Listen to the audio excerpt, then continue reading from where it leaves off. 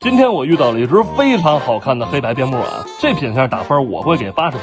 头宽嘴短，额段清晰，毛多腿粗，花色对称。那这样的边牧啊，体力相当于一块电动自行车的电池。